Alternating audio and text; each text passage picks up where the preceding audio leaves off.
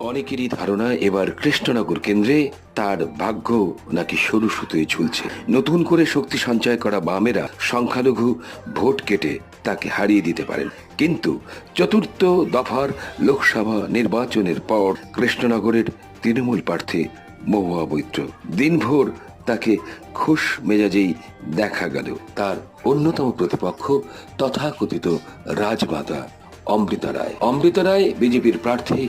বিজেপির নিকটতম প্রতিদ্বন্দ্বী অমৃতা রায় পরাভূত করে তার বিজয় পতাকা যে তিনি ফের ওড়াবে, এমনটাই আশা করছে কৃষ্ণনগরবাসী। কৃষ্ণনগর থেকে দেশ ভাবনার বিশেষ প্রতিবেদন। আপনি দেখছেন দেশ ভাবনা টিভি।